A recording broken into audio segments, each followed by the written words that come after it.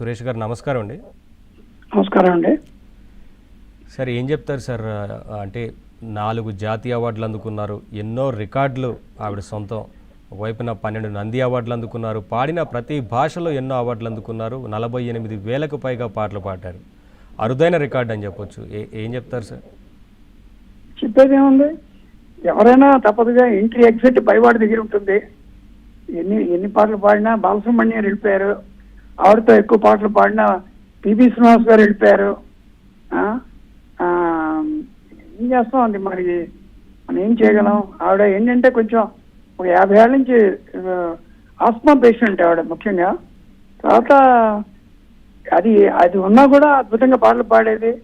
ఏ రకం పాట ఇచ్చినా, ఏ మ్యూజిక్ డైరెక్టర్ ఇళయరాజా దగ్గర నుంచి మహాదేవన్ గారి దగ్గర నుంచి చిన్న పిల్ల వాయిస్ నుంచి ముసలి వాళ్ళ వాయిస్ దాకా, హీరోయిన్స్ కానీ వ్యాంప్ క్యారెక్టర్స్ కానీ ఎనీ టైప్ ఆఫ్ సాంగ్ పాటల్లో నాకు తెలిసి భారతదేశంలో ఆవిడతో పోటీ వచ్చే సింగర్ ఇంకోళ్ళు ఎవరు లేరు.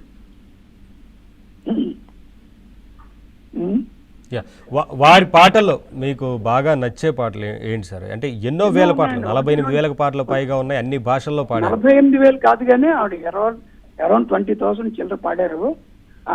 ఆవిడ పాడిన పాటలో చాలా క్లిష్టమైన పాట ఏంటంటే మన కన్నడంలో పాడారు ఆవిడ. అది ఎల్ వైద్యనాథన్ స్వరపరిచారు. ఆరోహణ ఒక రాగంలో ఉంటుంది, అవరోహణ ఒక రాగంలో ఉంటుంది. అత్యద్భుతమైన పాట అది. దాని తర్వాత నీలీల పాడేది దేవ. ఈ 2 టఫెస్ట్ సాంగ్స్ వాళ్ళు పాడినవి ఆవిడ లైఫ్ కెరీర్లో అనమాట. మిగతా ఇంకా నాకు నా పాటల్లో 2 పాటలకి ఆవిడకి నంది అవార్డ్స్ వచ్చాయి. మరుడా పాటకి భైరవ దీపంలో, అలాగే ఈటీవీ వారి అనుబంధం టీవీ సీరియల్లో ఆవిడకి సుమన్ గారు రాశారు ఆ పాటకి నంది అవార్డు వచ్చింది ఆవిడకి. సో నాకు వరుస కజిన్ సిస్టర్ ఆవిడ. సో ఎన్నో మాకు 74 ఏళ్ల అనుబంధం అది. ఈ అంటే పాటల విషయంలో కావచ్చు, కెరియర్ గైడెన్స్ విషయంలో ఏం మాట్లాడుతూ ఉండేవారు సార్ మీతో? మాతో ఒకటేంటి, మేము ఒకే మనసులో పడుకునే వాళ్ళం, ఎన్నో కబుర్లు చెప్పుకునే వాళ్ళం. మా అన్నయ్యతో ఎన్నో అద్భుతమైన పాటలు పాడారు, తెలుగు, తమిళ్, కన్నడలో. మాధవపతి రమేష్ మా అన్నయ్య. మా చిన్నాన్న గారు మాధవపతి సత్యం గారితో పాడారు. మా అమ్మకి కూతురు వరుస, అందుకని నాకు అక్కయ్య వరుస వస్తుంది ఆవిడకి ఎక్కడంటే ప్రాబ్లం వచ్చింది, ఆవిడ ముందు వాళ్ళ అక్కయ్య కొడుకు పోయారు. ఎవరంటే గరిమెళ్ళ బాలకృష్ణ ప్రసాద్ గారు. అదొక దెబ్బ. తర్వాత మనవరాలు చనిపోయారు అమెరికాలో ఫైర్ యాక్సిడెంట్లో, అది పెద్ద దెబ్బ. దాని తర్వాత ఇటీవల వాళ్ళ అబ్బాయి చనిపోవటం. ఈ 3 దెబ్బల నుంచి ఆవిడ చాలా లోపల చాలా మనసు ఇదైపోయింది ఆవిడకి. దాంతో ఒక్కళ్ళే ఉండటం ఎక్కువ.